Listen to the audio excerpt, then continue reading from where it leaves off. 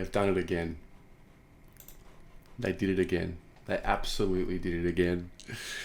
Carlton goes down to the Gold Coast Suns, 8 goals 9, 57 to 11 goals 10, 76. I can't believe we're doing this again. At this level, with this type of disappointment yet again. It's just crazy. It's crazy. It's crazy to me. This is all so insane right now. It's ridiculous. I'm pretty stumped as to what to say, thinking about what I would say on the way back from the coffee. It's just, there's a few key points obviously want to get across, but I mean, how poor, how disappointing, how unprofessional, how immature this group still is just disappointing. After we learnt a really harsh lesson the week before in, don't let that North Melbourne effort ever come back again. You've got to draw battle lines, you've got to put a line in the sand, and you've got to make sure that you never have that sort of lapse again. And it looked like they had figured out what they needed to do in terms of their energy, and I fell for it. Have a look at me. I'm not taking them lightly by any means, but the fate is in our hands. And what we did last week for me is what I believe is the standard setting performance. I don't want to get too carried away, but we're back, baby. We're absolutely back. Oh, wow. I felt like they had never gone to that type of effort before, and it was a sort of like a circuit breaker and an evolution point for them, because they had never really hunted like that in a very long time. And then to see that completely drop off was fascinating yesterday. And I mean, my experience with the game was very different this week. So as part of the Corey Durden sponsorship, one of the perks is you get to join in a pre-match press conference with Cameron Bruce. And there was quite a few of us Guernsey members, sponsors in this Zoom call. And basically Cameron Bruce spoke to us about what the plans were, what the matchups were. And it was great. It was actually a really, really cool thing that they did. I think that we should look at doing that a little bit more. I'm not sure if it happens regularly or every week. It was the first time I've ever done it, so it was just sort of my first experience. And we spoke about a few of the key points. Ed Kerner to play on the half forward flank, use his run and carry. He said it to us. He said, we know Gold Coast and they're going to want to chip the ball around and get the uncontested marks, and we have to be switched on to close off the angles. Don't give them too much space around the ground, and we cannot afford to let them get those uncontested marks and chip it around. And he made it very clear that the boys had been drilled all week about the Gold Coast Suns and their response, given that we had done the same thing the week before with our response. And everything he said was perfect. It was great. He mentioned that they weren't going to tag Took Miller to start the game. They were going to be mindful of him at stoppages. And if he got off the leash, they would potentially look at someone like an Ed Kerner to go on him. He said the plan. And then you look at the stats. Gold Coast, 131 marks.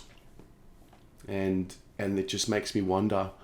The game plan was there. They knew what they had to do. How much of the blame do you apportion to the players? How much of the blame is it on the coaches for failing to instill the game plan and motivate the players? I don't know. I'm at my wit's end with it now. I'm not even going to yell and scream anymore. It's not about that anymore. I've lost my passion almost. It's a deathly hallow. I mean, fuck. This is just to and fro. We look like, the supporters are just looking for anything resembling a turning point, so we can jump on it, because we want to support. I don't want to be sitting here being angry and screaming and yelling and swearing every week. I don't want that, But it frustrates you to the point where it's just beyond more than normal. It's obviously we've got lockdown and all these things happening, and for those 4 quarters you get to step away from that, get your mind off that. You get to watch Charlie Curnow play again. You get to watch Jack Silvani, Sam Walsh. You get to watch, our boys that we love, and then ultimately, when it's really disappointing like that, it's a real compounding negativity, because it's like you're reminded, first of all, how poor the team performed. You're wondering, where are they at? Are they committed? Where are their hearts at? And then you're reminded, oh fuck, we're in lockdown. So it's kind of it's difficult. It's difficult. Obviously, it was a important game for the club yesterday. It was the Carlton Respects round. I just don't know if they played with the spirit required to represent such an incredible cause. I don't know if they did the cause the justice that it deserves, and they didn't play with the heart and passion required to represent such an incredible cause. And it is what it is, and it's sort of like you just get meshed. It's like it's almost. I was getting roasted in the live chat last night because I was told, like, stop caring so much about the players and the performance, because it's about Carlton Respects. And yeah, it was about Carlton Respects, but like, when do I talk about the football game? When do I do that? When can I do that? When can I be upset about the football game? So it's just a mesh of things, and I'm so sick of it. I'm so sick of it. Like, when is it going to end? To be honest, the way I took the notes in the game, I thought we started pretty well. I thought we just held off the Suns, particularly in the first quarter. I thought they came out with everything, and I thought we defended pretty well, and we had a solid lead at quarter time. The Charlie Curnow goal, it was against the flow, and I'm thinking, oh, we never get those, random goals against the flow. And again, I thought we stood their best, and we were still probably finding our feet. Then we give up 2 ruck stoppage goals in a row in our defensive 50. One of them, I think it was Jack Silvani, let one of his opponents in the ruck off. I think it was Townsend at that occasion, and the other one, I think Willow gave Sexton a little bit too much room. We had 26 tackles at the half, as opposed to the 52 the week before. It just goes to show where that real effort and intensity was. We allowed too many uncontested marks early, but we sort of stopped that game a little bit, and then they just got off the leash with the uncontested marks in the second half.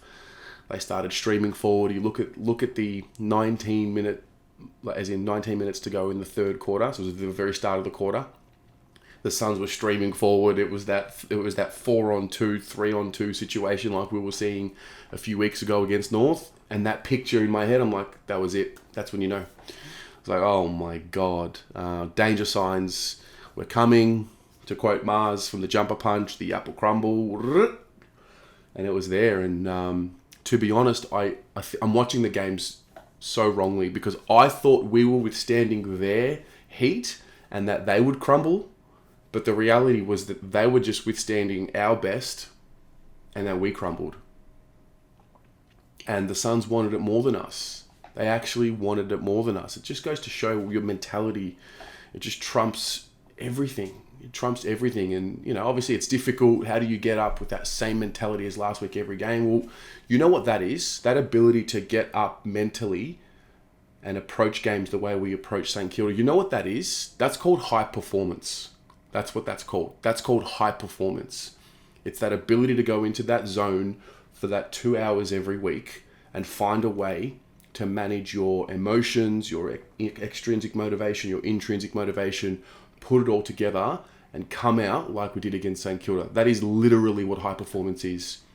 Elite standards, elite training habits, and it's so tough because you want to apportion the blame onto the high performance staff, and it's like, no, don't. That's unfair. It's like, well, then it's the players and the leaders, and it's like, well, no, that's unfair. Well, why are we afraid to hold people accountable in the fear of hurting their feelings? Why we like? I mean, obviously, you never want to get too personal with attacks. Clearly, but when is it okay? When is it okay to ask for more from your leaders? I mean, Cripps, great response last week after a poor showing the week before. I thought he started really well in this game. The way he tackled, I'm like, there he is, really, really hunting with his tackles, and then disappeared. And then for me, when I watch my team and things don't go our way, the first thing I say to myself is, okay, where's Cripps? Because as the captain, that's the person that you look to steady the ship and right the wrong. and get us going. Is that okay? Is that not something that I should be looking? Am I looking at it? Is that too simple? Is that not right? And it's hard because what would Cripps know? That's kind of where we're at. Like, what would Cripps know about how to get us out of a rut? All he's known is a rut. It's kind of this chicken and the egg. How does it turn? And that's that. I mean, I listened to David Teague's press conference after the game as well, and that just made everything so much worse. I mean, have a listen to this. In terms of effort, I thought when they got there and the effort from a tackle point of view, from going and win the ball, but I thought as frustration set in, we probably tried over hard rather than just executing our roles. What? Bro, what are you talking about, man? Probably a week ago, the players may have thought that finals was out of contention, and now it was on their mind. Maybe they've been thinking about it too much. What does that even mean? What does that even mean? Is it unfair to be commenting on that because it was after the game and we need to give them some time to settle? But you see what I'm doing? Like, I'm rationalizing excuses. When is it going to be cutthroat? When is it a professional organization? When do we have professional standards? When is it binary? Good enough, not good enough? When do we get to that point? When do we stop making excuses? When is that time where we demand more? When is it okay to do that? We're in this really weird phase right now. Last week, during the week as well, I was sort of talking about, well, it's a bit unfair on Teague. He's never really had Charlie and Harry to coach properly for an extended period of time. And, obviously Mitch, they've never really been together. And it's like, maybe, but I hear that. I just don't get strong coach vibes when I hear weak commentary like that. It's not strong enough. It's not bold enough. It's not authoritative enough for me. And I love him as a person. It's not about that. There's no doubt David Teague is a great human being, probably one of the better human beings that we've had as a coach. But we can't keep doing this week to week, up and down. We can't. I mean, early in the season, I remember he was talking about how he was reading Atomic Habits, and he was saying, the light bulb moment comes as you just keep going. Well, it's round 21, David. The season's dead. What do you mean they were thinking about finals too much? Well, what does that even mean? What does that even mean? What do I take from it? And there's another point as well about club culture, and there's a reality to the fans' situation. Like, for us, like, the only window into the inside that we get, I think anyway, is the press conferences, any video that comes out from the club, any speeches that come out from the club, and ultimately how the players perform on game day. I think that is really the ultimate window for fans into the environment that the players are living in. And the fact that we keep seeing inconsistency in effort, and it drops off, and it's to and fro, and the way we see them talk, I have no issue with them celebrating. I think Kane Corns was a little off the mark last week with us over-celebrating, because when you have no crowd, you've got to create your own energy. I get what he was trying to say, but I don't think last week was the right way to apply what he was saying. I don't think they over-celebrated at all. I think they were trying to create their own energy. But, my observations are we're just still an immature group. That's my observations. And, you look at it, the core of the group is very young. I mean, the core group that's really going to take this thing forward is Walsh, it's Harry, and it's Wiedering. Cripps is probably going to be that elder statesman. We've got to get someone. I just feel like we've got to get someone else. We need something to help Cripps with his leadership, unless we move the captaincy onwards. But then it's the cycle, because this is right where Cripps was 4 or 5 years ago. And it was like, build around that guy, that big 6'4" midfielder, who plays with the heart and passion and desire and intensity, that kind of thing. So I just see a cycle happening, and, it could be a little naive in saying that the window for me to understand the culture of the club is through the players on game day. That might be a little too simple, and okay, point taken. But that's all I really have. That's all I really have to see. I mean, I look across the fence. You look at Collingwood. Look at what they're doing with the way they engage with their fans. You've got board members going on live streams. You've got Taylor Adams going on live streams. yeah, we've got some connecting to do. I think we need to wake up a little bit and understand that like you've got to connect more with where the fan is now. The digital audience, it's changing, and I'm at a loss for words. I really am. I mean, player of the game, I thought it was Nick Newman. I thought he was our best player on the day.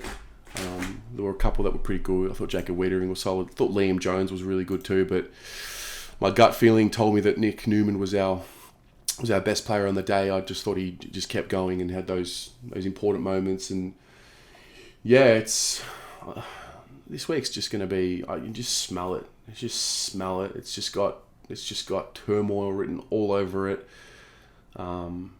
Constitutional amendments, all that chat. That meeting is now being pushed back to end of financial year 2022. So people got what they asked for. We got the time that we needed to absorb it, to understand it, to make an informed decision. So that's a positive. And I guess we'll see what happens. I don't know. I don't know. I don't know. I'm going to tip Port next week, and we're going to beat the Power next week in Adelaide. I know how this goes. They fuck with me. They fuck with me. But share with me your thoughts. I know a lot of you saw it coming. I know it's easy to say that, but I think the general consensus when I asked on the fan cams, like, what do we do from here? The general consensus was just play the kids next week. So talk to me about that. What do you think we should be doing? Give me some more observations of the game that I haven't given you, and we'll go from there. Go the Mighty Blues.